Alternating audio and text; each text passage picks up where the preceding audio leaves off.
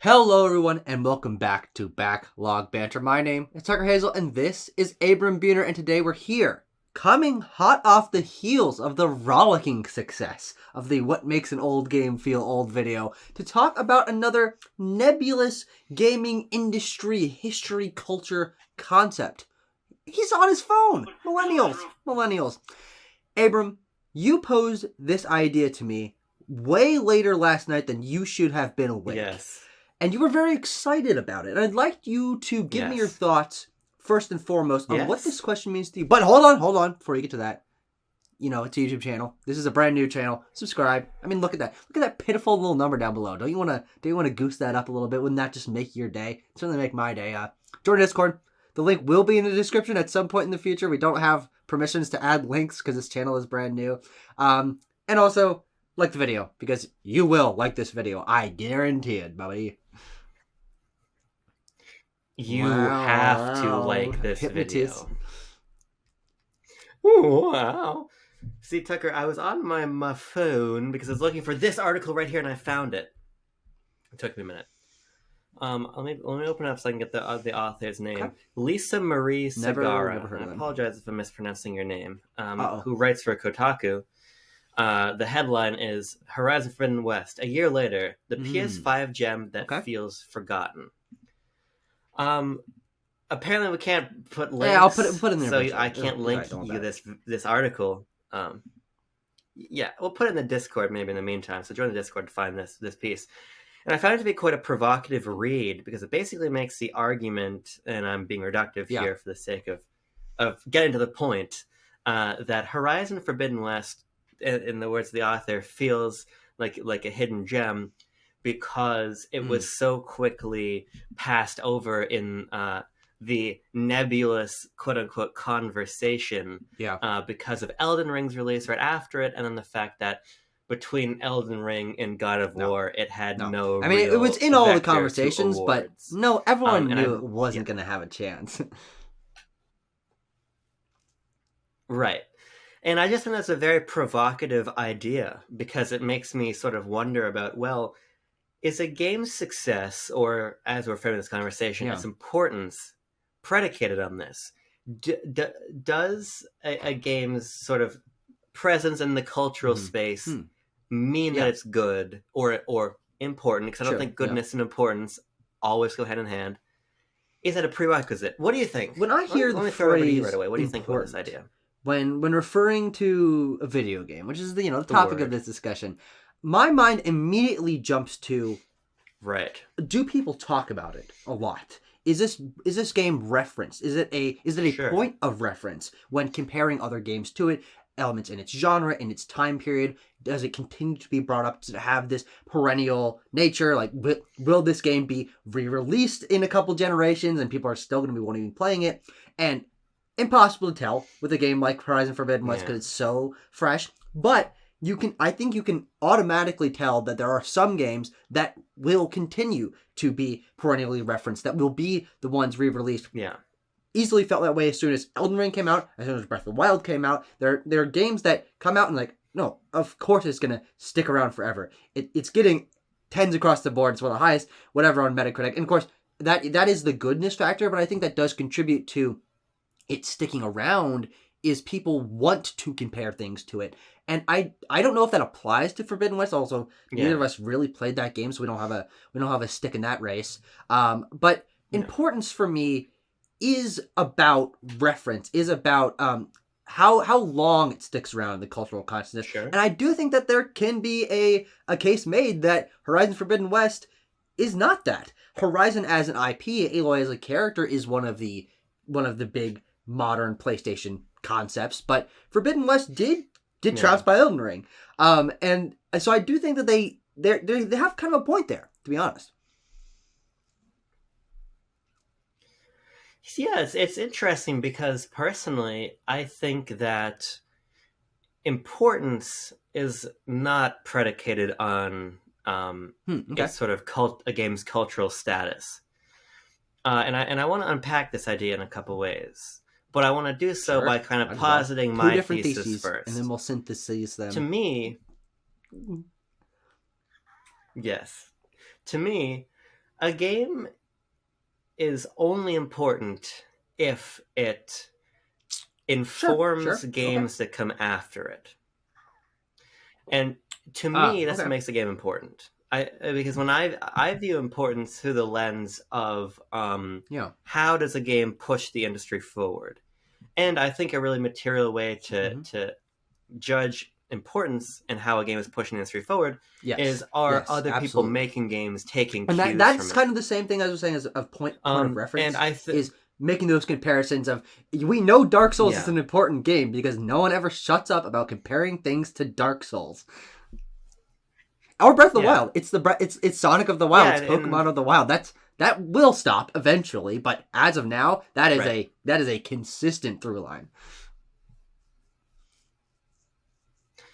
Yeah, and talking about a game that pushes the medium forward, it can do so in a lot of ways. Sure. So I think there's a lot of like boxes you can check to get to that importance. Sales is obviously a big one, in part. Because sometimes games that are incredibly popular spawn a lot of copycats. But then there's other times when, like, GTA 5 sells 150 million copies, but kind of look to my left, look to my right. Other than maybe Saints Row, I'm not seeing too many urban. I mean, they tried out a couple Watch Dogs games that didn't really pan out in the way they thought they would. Yeah, so I think sales is sometimes a prerequisite, but I really think that ultimately it all comes down to how a game resonates with a developer to reach importance. And I want to give an example of what I mean by this. I think Earthbound is a really critical title that makes my point, I think, pretty clearly. Earthbound, at the time of its release, completely tanked. Was not popular. I'm not sure you can find that information. I would be cool if you could, but that information for games of its era, total approximately of 658 million or thousand. Not million. I'm sorry. I see a bunch of zeros. My mind automatically goes to million. Whether it's 1 0 or 10 zeros, it's always a million. Right. Yeah. Just about one out of every one SNES owner earned. One out of every one SNES owner owned 400 copies of Earthbound.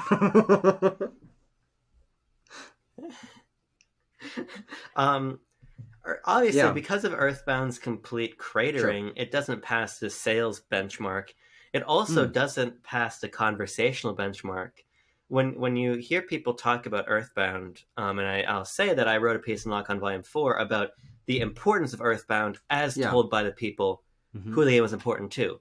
So Toby Fox and other people like him who make games that are now pejoratively referred to as like the quirky indie RPG, which I think is a reductive label, but for the sake of conversation, games that you can kind of put into that bucket. Earthbound has become the design influence that it is because Toby Fox played it as a child and found something remarkable about it, and then that became... Yes, and the interesting thing about that is that makes Undertale the cultural touchstone, because Undertale is the one that frankly, really did popularize a lot of the elements that Earthbound, of course, did 20 years before, but I've played like 10 minutes of Earthbound, and I've beaten Undertale a couple times, so it definitely is there's a gap there. Yeah. And the thing about that is you could say that Undertale is the game that has the cultural conversation and significance around it. But as Toby Fox himself said to me, there would be no of course. Undertale without Earthbound.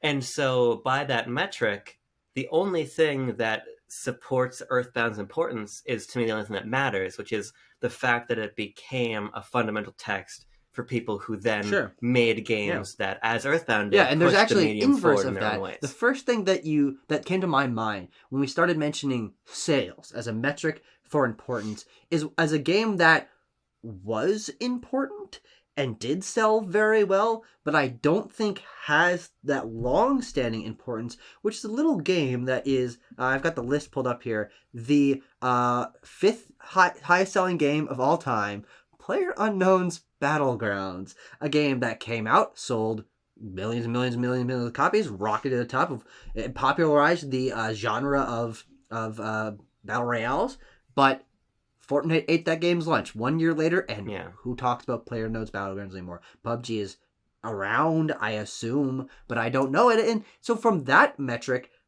importance, obviously we're saying does not particularly necessarily correlate with sales, but is PUBG the important one? Is it Fortnite for actually popularizing those same ideas, for making, like, Fortnite is the cultural touchstone now, even though it took what PUBG did a year and a half earlier or something like that, and really took it and ran with it. Yeah, that's an interesting one, and I actually think it's quite similar to Earthbound and Undertale, albeit quite different in the sense that PlayerUnknown's Battlegrounds, as you're saying, is an incredibly 75 million lucrative copies game, which Earthbound wasn't. This, but whatever, I don't know. Right. Whenever they updated that. But it just so happens that it became dwarfed by a game that was somehow even larger than it. But you have to remember, in the case of Fortnite, that when the game came out, it had no battle royale. It was the zombie. I've never seen gameplay of that. Like 100% honestly. Thing that I heard about that, and they're like, oh, they're adding this battle royale mode to this zombie game, and I'm like, I never even heard anyone talk about the zombie mode in the first place. And see, that's the thing that to me supports PUBG as the influential game in that chain, because Fortnite looked to PUBG and said, this game is something special. Our flagging multiplayer title could be raised up by emulating what PUBG did in our title. Because the Battle Royale in Fortnite was much after PUBG. And it was much after Fortnite saved the world. It didn't really move the needle. And so by that metric, I do think it's PUBG, because that's the game where that design influence came from. It just so happens that then getting my examples crossed, that Fortnite became that super popular title born out of it. But I don't think that takes the influence away from PUBG. Of course. It's a different... If I may continue, I thought about because that. I think that's an interesting point about Fortnite. Yeah. Yeah, because the other thing about Fortnite is... And you make this argument that makes I'm always trying to say things that scare you, so I'm glad this one's resonating that way. Right. In that Fortnite will be for kids what other seminal titles were to our generation, generations beyond. It's also important to recognize the ways in which Fortnite and its sort of battle pass became important in their own way. And so sometimes importance, and this goes back to sales, it goes back to revenue, games sort of implement and are able to find monetization strategies that become incredibly influential by their own respect. Yeah. And that goes back before Fortnite. It obviously goes to mobile, where free-to-play sort of found its footing, then found its... While obviously the importance on like a systemic level, on like a moment-to-moment gameplay level, comes from Halo. Even a lot of the enemy types are just from Halo. The idea of the MMO on console has in large part fundamentally shaped the always online social space, social hub connectivity play environment we've been in since Destiny released, and then The Division followed suit, and then fucking Call of Duty World War II had you running around the barracks with your friends opening supply crates. Is that true? Unfortunately. So I think that influence can also be business-wise. It can be hardware-wise, too, as Nintendo with the Game Boy pushed Sega towards the Game Gear and Atari towards the Lynx and all these things. But I really think it all comes back to a central idea that importance is about something's ability to inspire more. More that iterates, more that evolves, more that riffs on. It's all about becoming a stepping stone, I think.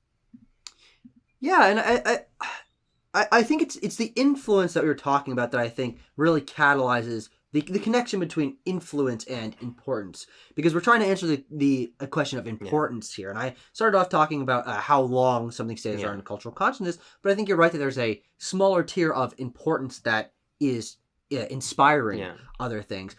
But in terms of lack of influence, or what you started off your thesis of this was, what games push the boundaries, try something new for the industry, but that I wonder if that can really be conflated with importance, because there are lots and lots of games that do try something new but aren't successful at it, don't end up inspiring dozens of other games. And while they might stick around in the cultural consciousness for a niche group, for a smaller reason, for being unique, they don't have that long-term impact, and they're not in that cultural conversation that I started the conversation with. So I do think that there's a little bit of a gap between that trying something new and pushing the industry forward, which I think absolutely is important, but it's not. It obviously is not a one-to-one like this. I mean, I might have sort of misspoken what I mean, because I don't agree that just because a game tries something new, it's important. It needs that evidence that what it did mattered. Oh, that's sure. What I'm saying. Yeah, that's why I give the example of Earthbound, because Earthbound doesn't fit the conversation test. It doesn't fit the sales test. It doesn't fit any test other than the fact that its existence inspired works after it that would not exist without it. Yeah. Because you look at a lot of experiments Nintendo's tried, they weren't important. I think you can even make an interesting case that the Wii wasn't important. Okay, interesting. Sure, because the motion control craze was a fad and has largely died off. You can still get a Kinect for your Series console. I don't think you can anymore. Xbox One Jack.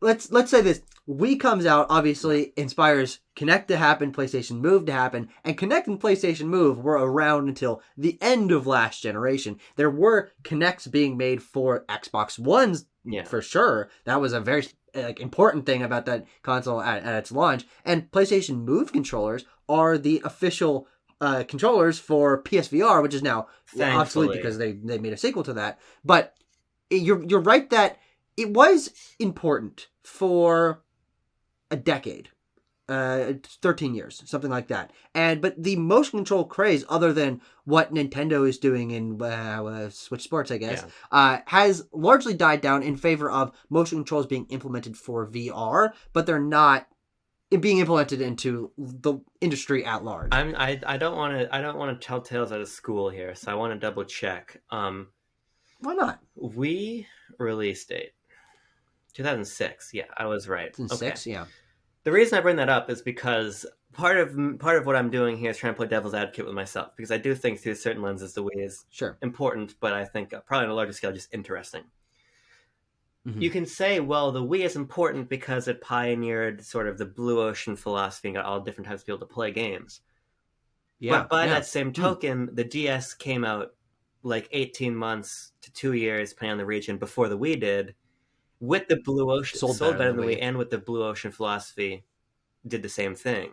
And you can make the argument that there is a much more seamless transition between a blue ocean consumer on DS into smartphone, which is where the blue ocean consumer went, than Wii into smartphone, because the Nintendo totally misjudged the market, made the Wii U, and the casual marketplace wasn't even there. So I think there's an interesting argument, and I'd have to spend more time, because it's just an idea that I'm playing with now, to determine whether I agree with it. But by my own test, and this might be a point in favor of it or a point against it, the hardware that came after the Wii proved that its importance, if it was ever there, was limited to a couple year window. Because that's what I was trying to say for motion controls. Because even the blue ocean market on console is not really there anymore. The blue ocean gamer was largely moved to mobile or moved to Nintendo's handhelds, but Sony quickly gave up the casual software. Xbox did as well. So I think it's interesting. Where's Connectimals 2? That's what I'm at. Huh? Phil. Right, I've read him a letter every day. Connectimals 2, that's all it says. But I do think that ultimately, as I toy around with the idea a little bit more, I think what's most important is your ability to inspire something after you. Because what's really the sense in having 200 games that are important? Because then what does importance mean? I think making a canon of important games is a task that you need to really bore in on. Because let's think about, I'm just trying to think of a popular game that fits my example. Let's think about He's thinking. Gears are turning. Folks, steam's coming out of his ears. It's coming out of his eyes. It's coming out of his ass, probably. Name a big AAA game. Got it. Okay. Star Wars Battlefront. How about? Star Wars Battlefront sold. Okay. The 2015 one has sold like 15 million copies, which is a significant number of copies for AAA games. You'd be hard pressed to really see how the success of Star Wars Battlefront proliferated elsewhere. Other than the conversation around loot boxes, around monetization in games. I mean, it was that game combined with like Counter-Strike and like tangentially Overwatch, because there were loot boxes in the game at that point in time that made multiple countries especially in the UK, or not in the UK, in the EU, ban gambling in games, like specifically because of that game. They're like, hold on, no, wait, red and flag. What's interesting about that is the game you're referring to exactly is Star Wars Battlefront 2, which came out in 2017, and that was it was an example of them implementing a monetization strategy that was not present in the 2015 game, speaking to the fact that that was a game that wasn't important because it was trailblazing in any way. It was important because it took important elements from other games with those monetization strategies, like the ones you listed out. Yeah, sure. And so I just think that the Battlefront games are a critical example of titles that come out that have a huge resonance with a large number of players, that sell a lot of copies, that are talked about for a while in positive and negative lights, but don't really aspire to much. You can maybe say that they were high fidelity licensed games, but you can say that, well, ultimately what they were doing is riding on the coattails of what Arkham did in the 7th generation, for proving this way forward for competent teams to spend AAA resources and long development cycles on prestige licensed titles. So I just think that when I think of a game of importance, I want to be able to point precisely to why it's important, because it made a wave. And because I think, and this is where I want to really bring you into the conversation, about the conversation. Perfect. That's my favorite thing. I don't really see importance in this conversation, because ultimately a ripple in the community is not really useful if it just remains in the realm of talk. And so what do you make of this idea? Because I just don't find... nobody's going to remember that we had a discourse, sadly, about Hogwarts Legacy. And people aren't gonna talk about Hogwarts Legacy as anything other than a beautiful rendition of Hogwarts, because it doesn't do anything new. But through the lens of sparking discourse, you can say that, well, yes, Hogwarts Legacy is very important. But when I zoom out, when I look at the industry on a macro level, when I look at how games make the medium progress, nobody is going to give a fuck about Of course, Hogwarts Legacy. Yeah. So what do you make of it? Of course not. Yeah, I think what crystallizes when you think about AAA game making for this generation and the last generation, and starting in the end of Xbox 360 and PS3, is a lot of games becoming homogenized on that AAA level, becoming a little bit safer. Sony becoming a little more confident in, this is what we want our style of games to be. Everything's ripping off The Last of Us. You got God of War ripping off The Last of Us. You got segments in Spider-Man ripping off The Last of Us, and that expanding to other AAA games ripping off of other AAA games, and like sort of mixing together becomes something that you're hard pressed to find a AAA game that really is pushing the industry forward. The rare exceptions being something like Elden Ring or Breath of the Wild, that have this context of breaking out of that mold and being important and like really catching fire quickly.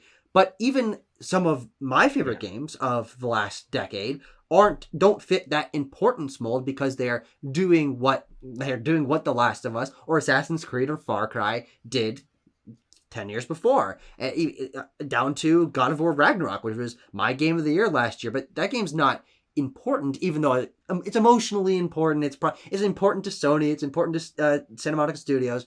But in terms of inspiring other things, people are going to, if they're going to take inspiration from anywhere, they're going to take inspiration from God of War 2018 by reinventing their franchise in a more mature way, by implementing the one camera trick, something like that. Those are smaller elements of importance of that game. But even some of the best-selling, highest fidelity, greatest games of the last few years don't have that importance because of the homogeny of the last decade. And you raised an example there, which is the one that I was searching for and couldn't reach, but God of War. I think what's really interesting about God of War 2018 is I don't view that as an important game. And this is where I'm saying it could be important. Well, this is the thing. This is where I want to draw a distinction between goodness and importance as they exist in my mind. Because there are a lot of amazing pieces of art across every media that are not important in the way that I'm describing importance. I don't really know if any of my favorite games... I'd have to think about this claim before I make it in broad strokes, but I think a lot of my favorite games are not that important. And God of War 28... And that's okay. Right. That's not it's not a criticism of something to not be important. Let's get back to that. Yeah, and that's what I'm kind of trying to explore here with this idea of God of War 2018. Yeah. The character of Kratos and the mythos of Kratos and everything came from the PS2 titles. A lot of the new elements provided were just provided by literal, actual Norse mythology. The sort of the thematic tone and weight of the narrative were provided by the influence of The Last of Us. The one-take camera can call its own, but I think on a mechanic level, a system level, a tonal level, that game is really informed by a lot of other things going on. And again, that doesn't make it anything less than, for most people, excellent. I don't like it that much, but I'm obviously in the minority there. But nonetheless, it is talked about so much. And then I really want you to respond to the idea of the importance of a game being talked about. Because I don't... Just because God of War, in large part, has dominated a sort of cultural conversation around games for a large part in the last 5 years... Ragnarok doing so to what I feel is a lesser extent, but just because it's a sequel to that title. Yeah, of course. I don't think that makes it important. Yeah, the importance, and I'm going to try to play, because I agree with you, but I'm going to try to play a external level devil's advocate for why that game might be important in sort of an external level, is the importance of games like Last of Us, Last of Us 2, God of War Ragnarok, these games that are largely similar on a mechanical level that fit that over-the-shoulder third-person action game Sony mantra that I love. I love those games. All four of those games are some of my favorite games of all time. That, I think, obviously you can trace back to The Last of Us for its influence, but I do think there's also an importance in that all of these games are reaching that level of critical acclaim, and that subgenre, that element of gaming, which is what is incredibly popular right now and receiving all those kind of awards, it's important that there's a lot of those games happening and that they're reaching that level and sort of crystallizing what AAA gaming is at its best right now. And you and I played The Last of Us Part 2, and the two of us would contend that it might be the greatest game of the last 10 years, is that game is it's doing The Last of Us again. It's story concepts and structure and talking about violence and all that. That is maybe where it is a little more important and sets itself apart from The Last of Us. But it's important that game came out and got close to the same amount of critical acclaim as The Last of Us. And that God of War did 2 years later, and that Ragnarok would 2 years after that. That if it had just been The Last of Us that was informing things, but never anything else, never rose to the level of The Last of Us, then it would be, The Last of Us is important, but okay, it informed some things and it started to peter off and but you gotta have the importance be re-upped every once in a while to really stick around, because like the Wii, that was important for 13 years or something like that, but it's not important in that same way anymore. And so maybe it all feeds back to The Last of Us, or I guess you could say Uncharted 2 or something like that, that if you want to keep drawing that line back and back, but you need these other games in order to reaffirm the importance of The Last of Us. You have to have The Last of Us 2 come out and win Game of the Year, like the first one did, to be like, okay, no, it's sticking around. This is not something that is just a flash in the pan. Yeah, and I think you raise a really important point. We're going to use that word too much. It's just going to fucking be burned into our brains and we keep saying it. But you think about like the importance of The Godfather. They were crime dramas before 19 when did they come out? 1970, I believe, early 70s for Godfather. The Godfather movies? Yeah. Yes. 77, 72. okay. But The Godfather became the important touchstone. Yeah. And I think that when you look at Earthbound again...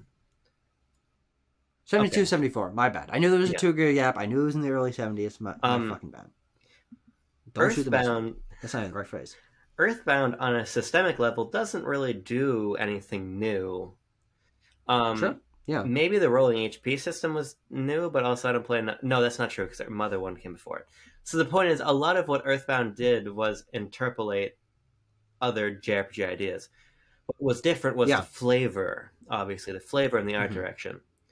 Now, there's little doubt in my mind that in the ways that ultimately Earthbound is like a flavor level difference to the JRPGs that came before, it's still important because of that flavor in particular. So I don't think that it's unlikely to say that in a couple of years, God of War 2018 will supplant The Last of Us as the touchstone for devs for that familial dynamic, more serious, cinematic third-person action experience. You know what I mean? Mm-hmm. Just as The Godfather is not the inception point for gangster storytelling. I think importance at a certain level will probably always be reinvented, or otherwise. Yeah. The most important third-person action game is the first third-person action that was ever made, and the most important platform is the first platform ever made. That's not true. So I think it's also important to remember that we exist in a medium that's so young, as I think is going to be a refrain in a lot of these reviews, of like, we've yet to totally see where on a large-scale level God of War falls. But you can already hear developers referencing that as a touchstone. Across every scale of development. I mean, when I talked to Noah Copeland about making Sonic Triple Trouble 16-bit, he cited the one-shot camera of God of War as a key influence in how he structured his remake of that title. So just because I think that in the moment it's tenuous to say that God of War is an important game, I think that it's very likely that you give it 5 more years, and it certainly will be. Yeah. There's different levels of importance here, and we've sort of settled on what important means to us. We actually have some submissions from our community members that will sort of reframe this conversation in different ways, because this is meant to be interpreted in multiple ways, and we'll give our thoughts on those as well. But one thing that you said earlier was that in order to have a canon of importance, and you need to focus it in, it needs to be whittled down. And I agree to that. I agree with that to a certain extent. I think that every game can't be important, or else we're not all not important. Syndrome, quote syndrome, The Incredibles. But I do think that it can be bigger, because, and I think you solidified my point where you ended your last tirade there, which is if Halo is important, and I would say Halo is important as don't laugh, I'm serious, as a Oh, he's not laughing. He's choking. He's dying. As a home console first-person shooter and revolutionizing that, is Halo's importance. Can that not be drawn back to other first-person shooters came before that? And then can you knock down Halo and say, nah, actually that's not important because that was actually informed by something else? And then is really Tennis for Two the only important video game because that made Space War and Pong, and then Pong became Arkanoid, and that became Space Invaders, and Space Invaders became Galaga, and then shmups, and then shooters, and then racing games, and it all fractures out. And so I don't think that whittling it down is the best course of action. I think that approaching each game like we just had a conversation about God of War, which might not feel important in the moment, but taking each game on its own terms and discussing what is important about this game in particular. Why could this inform other things, even if it hasn't already? What can we learn from this? Because the industry is a tapestry, and this is something I love doing, is when I'm playing a game and I notice a mechanic, a concept that is that I have played another game recently that references that has that. I'm like, oh, boom, there's a connection between these two games. They might be a platformer and a shooter, but this, a health pack concept or a character concept, I can connect these two because all games across the genres are informing each other, and even down to, as you said, a remake of a Game Gear Sonic game being informed by the Game of the Year winner, Sony Santa Monica 2018, gigantic budget, high sales. Those could not be further from each other in basically every single regard, but there is that connection that makes God of War an important game because its element that it did revolutionize, I mean, there probably were one-take games before that, but that it revolutionized is the catalyst that inspires something else. And so I hesitate for myself to try to whittle down the canon too much, lest I keep whittling it down too much to where nothing is important because only the core can be important. Yeah, I think you're right in that I almost feel like we need a revolving door of what's important at any given time. Of course, yeah. And I think you can... I don't think it's good to set it in stone. I think that's something that's interesting is we're trying to talk about what is important, but we can only talk about that from this moment. Yeah. We could retroactively look back and say, hey, 15 years ago, what were the important games? And we can probably pull out a few that are like, whew, no one talks about that anymore. But yeah, it was important at the time. And some of the games that are important now, the Breath of the Wild phase isn't going to last forever. Yeah. You're not going to be getting sparse piano music and a sweeping shot over a character standing on top of a hill forever. That's going to be 6 years, maybe. Tears of the Kingdom might re-up that a little bit, and then who knows how far that's going to affect, but that's not going to last forever. And so then, do we look back at Breath of the Wild and say, oh, that was important for a time, but maybe not anymore? I don't know. I think it's interesting. Yeah, I mean...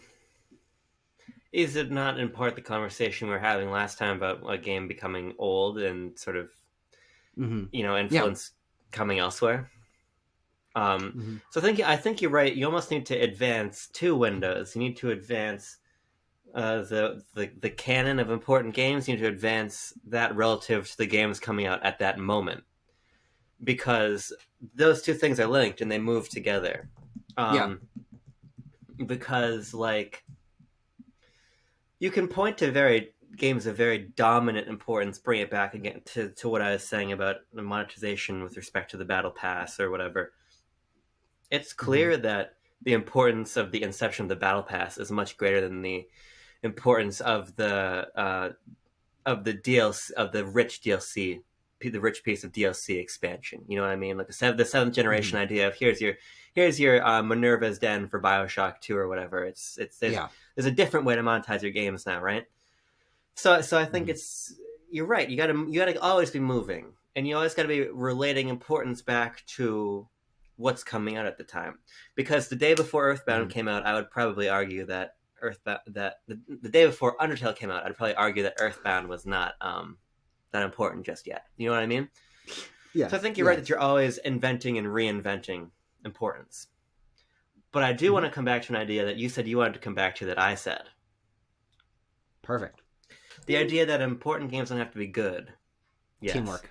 What do you think of this idea? That a game's goodness is not tied to its importance.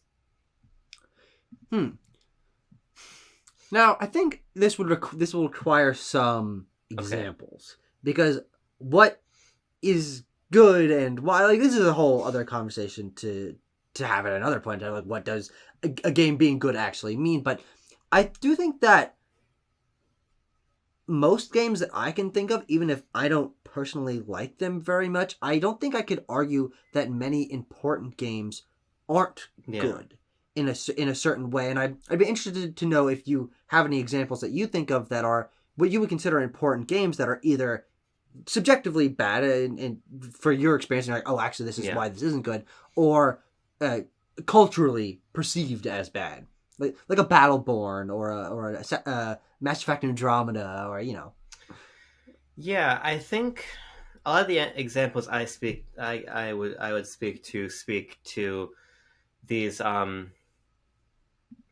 ideas of like structure and business model that are negative. So, for instance, the notion of the loot box coming to gaming. Yeah. Is a game, if a game's contribution, if its important contribution is a markedly bad thing, well, Yeah. it doesn't change that it's still certainly important that it happened. Mm-hmm. Sure, that's fair. Yeah, Hitler was important. And it's true. It's true. In a similar vein, E.T. on the Atari is deeply important. Yeah. Of course, an awful game. Was, yeah. But here's another one, and this sort of, I think, extends an olive branch to the idea that conversation is important. Mm-hmm. Cyberpunk 2077 on console is objectively terrible. Yeah. I personally really like Cyberpunk, but that doesn't change the fact that the state in which CD Projekt released it set a new benchmark for what you can't do. And so I think you can directly attribute a sort of hesitancy, or let's put it on its head, and a willingness to delay, or an openness and transparency, with the fact that the lack of transparency in CD Projekt Red's case got them in major trouble. And so I do think that there's examples across the industry, but I think that they speak largely to business side importance and ideas that are not good, that are market negatives, that are nonetheless influential in various respects. Yeah. I think what's interesting about that is talking about the legacy of a game like E.T. or Cyberpunk or whatever game had loot boxes first. I have no idea what one it was. I probably CSGO that popularized it regardless. Is that the legacy of those, except for loot boxes, because that's still a prevalent thing, battle passes, whatever you choose to perceive as a negative for the industry. E.T. and Cyberpunk ultimately have positive legacies. They were important. They had negative importance at first, but their impact has caused a positive change. I would much rather AAA developers say, hold on, nope, our game's not ready, we don't want to release it, and it's not running on consoles, because they learned from Cyberpunk. That's a good thing. It's a good thing that the industry came back stronger and better than ever after the video game crash with E.T. and all that. E.T. is an important game because it was bad, but that's a good thing. It's a good thing that it was bad. Sure. So I think that kind of like reframing of the narrative and like thinking about the legacy of, we have to learn from mistakes. Mistakes have to be made. Bad things have to come out, or there's no good to compare it to. There's no way to learn from mistakes and build better towards a better future. So maybe I'll reframe my own thought process about a game coming out and bombing or BDSP. Oh God. But there's some games that I don't like, but I might be able to frame their potential legacy in a way that, hold on, maybe people can learn from this. Maybe this can ultimately lead the industry to a better place.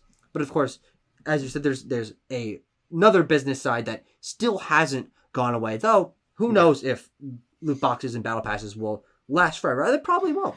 Yeah, and I mean, it's just also because I'm also trying to think of examples, to your point about a game coming out and bombing, of like a really exciting idea that, like, here's a good example: Spore. I'm sure you play. You look like somebody that played Spore. Did you play Spore? I have played Spore. Okay. No, I don't own Spore. Sure. I never have, but I've played like 20 minutes of it in my day. Yeah, because where are the Spore likes? You know what I mean? I think that you can probably also start. Spore didn't bomb. That was a successful where are the other Spore likes? I was under the impression. Let's do a little research. Someone in the audience may correct us, but I was under the impression that Spore was not a success. Could be wrong about that. Did Spore fail? Okay, well, 3.2 million copies. I mean, was Spore's successful name? EA wants you to know that Spore is officially a huge success. The 3.5 million copies, is that what's the bar for success? For that? I mean, but I've never heard that it was a failure. So or just you think about also like Chibi Robo.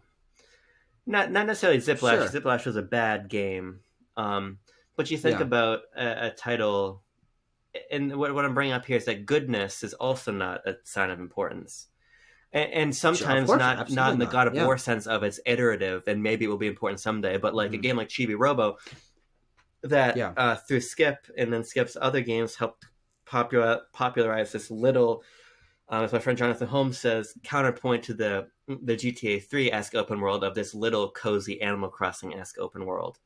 That didn't sell at all, so that it couldn't find any importance. So basically what I'm saying is that you do still need to link these other ideas into design importance. Because if a game doesn't sell, then the chances of somebody doing an Undertale are lower. Definitely on a AAA level. Of course, yeah. I think part of the reason why a lot of the games that are very important are also, in terms of correlation, big sellers or various things, for the most part, is because they propagated more. They were proven to be a good idea. Even to your point about loot boxes and things, loot boxes proved to be financially lucrative, so they became important to how games monetize themselves. So it's a very multifaceted conversation, but I want to turn it over to the community if you're ready for it. Might as well. Our first comment comes from our good friend Phil the Pill. Phil the Pill, quote unquote. Obviously, we all have our games of personal importance, but thinking about canonically important games, I think they're generally games that buck the trend for how gamers can interact with the medium. For example, I have no regard for Call of Duty, but it tapped into the idea that some people want to revisit a core, consistently rewarding gameplay loop with tweaks on a yearly basis. And E.T. from the 1980s proved that sometimes games can be used as fertilizer in the desert. Okay, but he has one actual example that he has calling E.T. poop, which is funny. But yeah, I mean, Call of Duty is an incredibly important franchise, but it's one of those examples that, except for a few elements of Modern Warfare or the original, like, one or two Call of Duties, most of those games are popular, but they're also very iterative. And even the earliest games were revolutionary in some ways, but they weren't the first FPS games. They didn't popular. They weren't even the first military FPS games. That was a burgeoning genre in that era. So that's a good example of popularity and importance in some ways, but not important in others. I mean, like, you look at Modern Warfare though, and the loadout system and how so much of multiplayer shooters operated were then directly informed by what COD 4 did. That's definitely the case. They even got to my beloved Halo and made Halo 4 into Call of Duty and various things. So I think Call of Duty is definitely important. Yeah. Daniel says what makes a game important is that it gets you to feel emotion from it, like fun, joy, sadness, etc. Yeah. What do you think? What do you think about this idea? I think that for me, that's not importance, but that's success. What makes a game successful for me is eliciting some sort of emotion out of me, and it's the games that don't do that are the ones that I'm the most disappointed in, and that comes in some rather notorious examples for me. We've been arguing about Super Metroid for like literally 2 days fucking straight. I'm sorry, but I gotta say it, is that game didn't elicit a reaction from me, and I wanted it to, and I knew it had the potential to because it was eliciting a response in other people, and that game was not successful for me because it made me feel nothing, and so I would use the word success to describe eliciting an emotion, but even if it's a negative, I guess that's successful. I agree. I if I'm not moved by a game, then I'm not going to play it, and so I'm right there with you, and that emotion can just be excitement. I think that's totally fair. Mm-hmm. Like I wasn't fucking brought to the edge of my bed in the throes of fucking heartbreak playing Sin and Punishment for 7 hours yesterday. You know what I mean? I think Oh, not in heartbreak, but excitement. In excitement. Yeah, triggering an emotional response or like let me say for me a physical response is what matters. And but I will say that transcends to all art I consume. Music I want to feel. It's the same reason. It's part of the reason why I do love films like Dune, because the way that the sound and the visuals affect my body is part of what makes a film significant to me. Literally, actually, yes, sometimes. So I think that's an interesting point. We've also got Sith Scott here saying, what makes a game important to me specifically is the emotional response I get from it. Some games feel very satisfying to play. Other times it's my connection to the characters, the story, or the world. I love it when a game makes me care for the characters that relate to them. I'm a big guy with story and character-driven narratives. I want to have a whole separate conversation with you about story-driven narrative and the role of story in games. Yeah. Me? Yeah. Me? Awesome. But I think we can probably just segue straight into Andrew's because that's largely what Nav said, I think. Yeah. Yeah. Thank you, says Scott. Congratulations on your keyboard review, by the way. It's pretty fucking cool. Oh, yeah. Now, I gotta be honest. Not to disparage your work, but, like, it's a keyboard cover. Like, I'm glad you got paid for it. It's like an actual keyboard. I thought it was just like the stickers that you put on top. Fucking Jujutsu Kaisen, whatever the hell anime nonsense it is fucking imprinted into the keyboard. Holy shit. Can't get it off. No matter how hard you try. Andrew. Sorry, Scott. Andrew Orozco of My Star Wars Show fame says, there are many things that can make a game important. Doing certain things first, pushing hardware to the limits, saying something or delivering a message, etc. What I think of first is cultural relevance. Example, months after Elden Ring came out, people were still talking about it and memeing it. People made JPEGs of Megamind asking Maidenless, posting pics about the Turtle Pope. The sheer amount of YouTube videos going over strategies and lore. The famous Let Me Solo Her, who became such an icon in the community that even FromSoft had to acknowledge him. I still see gamers mentioning the loathsome Dung Eater. A game that can reach outside the digital space and meld into gaming culture is, in my opinion, important. Yeah, the cultural importance is kind of what I started this conversation with. The fact that certain games reach out into culture and become touchstones for memes, become touchstones for defining video games. I think about the term Metroidvania, which we have talked about quite consistently recently, is just a combination of Castlevania and Metroid. And it's the combination of the design elements of those games that have formed an entire genre, so many other games. But they've never left the cultural consciousness because a genre name was made out of them. And same with Souls-likes. I mean, who knows how long that genre will last for, if it'll receive a new name, if it'll be Elden-likes in 20 years, who the hell knows. But Souls-likes, means that Dark Souls, as a cultural touchstone, will for the foreseeable future, always be important. Yeah, no, I think you're totally right. And I do think that, I think about like the Konami code, right? That's just like a culturally synonymous idea. Or things that are so transcendent they end up in Wreck-It Ralph or whatever, or the fact that the Tetris movie is coming. Yeah, ooh, that's so. I think things that extend even further than like what you guys are saying. I mean, fucking. If you walk into a retro store, what are they gonna have? They're gonna have Pac-Man mints. They're gonna have a 1-up. They're gonna have a coin block. They're gonna have a Sonic shoe. I don't know. Like they're obviously certain elements of gaming culture that transcend. Even like they become video games themselves. The Nintendo, right? I think generally having a transmedia presence is kind of a good sign that you're important. Gallows. Oh, it's your turn. It's my turn. Is yours the guy you're going to read out? Thank you. I knew that's what you were saying from the start.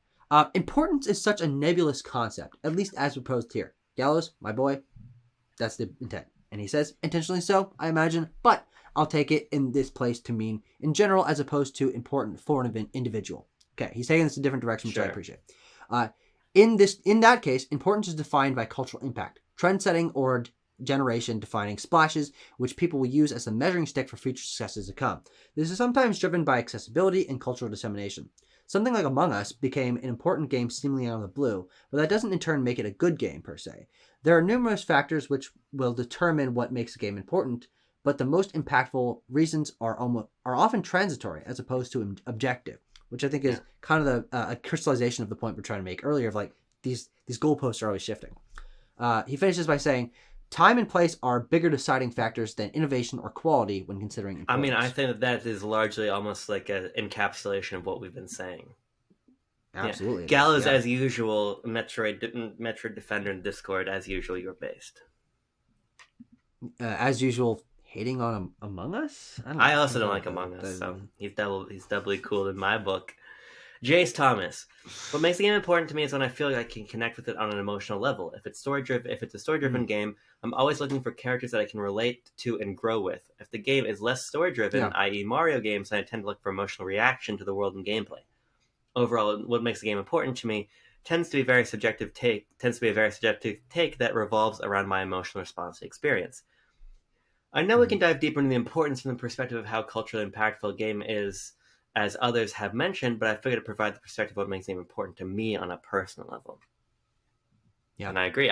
And there obviously a number of people have mentioned this emotional resonance of a game being important in that way. That wasn't really an element of our conversation up until, I don't know, I'm glad that other people are taking that in that phrase and turning that into their own definition of what this could mean. Yeah, I like that we've got the personal and the global kind of equally defined. Yeah. Finally, to finish it off, our buddy Babylon's Fall finisher, Franz Iverser himself, he says, a game is important to the industry if many games after the fact try to imitate it or it created an entire genre, because that causes a ripple effect to the whole industry. As for what's an important game to myself, it really depends, but if the game connected with me deeply, whether with its atmosphere, music, story, or a combination of all those factors, then chances are I consider it important to me. Also, every game I've played in an airplane is automatically important. He's always got something in there that I question that makes me wonder, did I read that right? What the hell is he talking about? Franz, you're a gentleman and a scholar. Oh, yeah, he is. Yeah, he is. Tucker, what the fuck else do you want to say? I think this conversation has crystallized why I find conversations like this so interesting. Is the nebulous concepts of importance that can obviously be taken multiple ways, as we've proven here today. That is, I think, the bedrock of gaming culture, but in a way that is never really talked about. And that's what we're trying to do here, is unearth these topics and talk about them on a like, we're actually just like directly talk about them rather than skirting around them and saying like top 100 games of all time. Okay, that implies importance. Why are some of these games on there? Maybe talk about it in a specific sense, but importance is something that you just intuit. But talking about it directly is that's what we're here for. We're the change we want to see in the world. And as I said multiple times last night, I am much like Jesus Christ, our Lord and Savior. Yeah. I want to raise one final point. And it's about Ocarina of Time. Sure. The main reason I want to raise... And again on a low note. And on a low note. And I think Ocarina of Time is just it's a game that I love unpacking, as we have in these various conversations.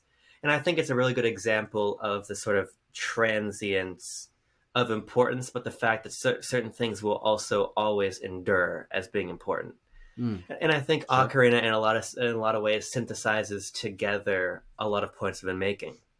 In that Ocarina of Time is no doubt incredibly important on a fundamental level when you think about the ways that it introduced Z targeting and the ways that it took a Zelda formula and brought it to the third dimension, and the things it learned about just how to use space in a 3D environment and guide the player's eye and figure out spatial relationships and everything. That will always be fundamentally important. But as you're saying, you gotta always be moving that metric forward and backwards a little bit, because even Ocarina of Time, you could probably attribute Z targeting to someone else if you wanted to, and say that a lot of what Ocarina does is thanks to A Link to the Past. A Link to the Past is really the important one. But I think the fact that you can at least hold those in conversation, or that we kind of inch the important Zelda game of the moment scale forwards, currently, obviously, Breath of the Wild is the one that we connote with being important for the current period. I think it's just an interesting case study, as it will be in a lot of our conversations, considering it's largely interrogated as one of the best games of all time, as an example of sometimes, even though influence moves forward and importance moves forward, there is always going to be a fundamental importance to some games that will never leave. And Ocarina of Time, even if we both, to various extents, think it has been surpassed by what comes later, it's not only endured as the touchstone for a lot of devs as the important Zelda game, but just on a checklist of things introduced, it's going to be important too. So I think that while we are right that the canon will have to move and change, I don't think any certain games like Ocarina, in my opinion, will never leave. Yeah. And it would be really interesting to have a larger conversation about which games those are and why. Because defining those is kind of like the root. It's the root of all evil in the game industry. But I find that fascinating. I'm excited to have these conversations going on in the future. If you enjoyed this, dear viewer, dear listener, if I made an Anchor account and put this up on audio, you'll know it because you'll be listening to it on there. I hope that you enjoyed this. Again, join our Discord to have the chance to have your thoughts read and brought into our conversation in the future. And of course, please give us ideas of other concepts like this that we can talk about. We've done 2 in the last week and we're already running dry, you know? Is that it? No. Interpreted you saying that as I would like to see your booger. It was implied. I would like you to change the channel name to BLB Submissives. No, I can't do that. Can't do that. Because would that imply that we're the submissive ones in the relationship, or that it's the entire community, or that we're all submissive? I think is that possible?